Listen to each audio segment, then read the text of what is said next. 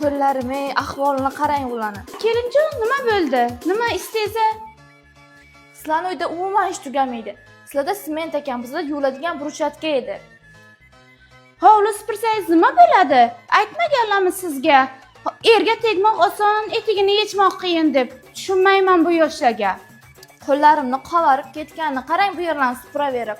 Kelin olaman deb bir shu yerlarni bruschatka qilsangiz nima bo'lardi? Ha, endi kelin po'sha, sizni onangiz otangizni topganni yotib yeganlar, hamma joyingiz bruschatka bo'lgandir.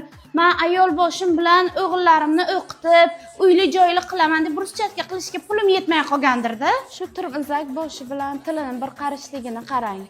Kelin olsang kelin bo'lasan deb to'g'ri aytgan ekanlar. Biz ekaniga u gektar hovlilarni supurib qo'limiz og'rimagan.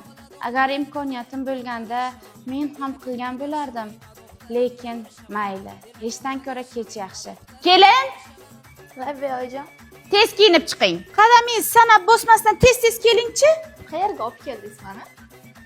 Qaynonangizni puli ko'p bo'lmasa ham axborot tizimi zo'r ishlaydi. Bu makon bruschatka ishlab chiqarish korxonasini showroom bo'lib, bu yerda 50 dan ortiq bruschatkalarni topish mumkin.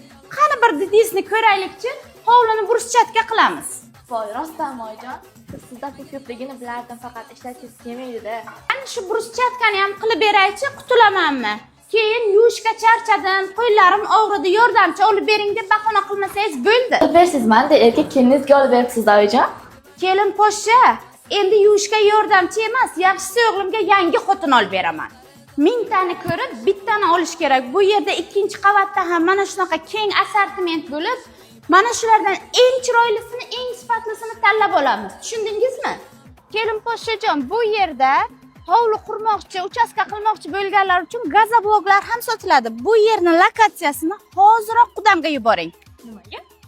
Sizga o'xshagan tili bir qarish kelin tushganda nasib bo'lsa, bruschatkalardan uyalib qolmasinlar. Bruschatkani yangilash kerak.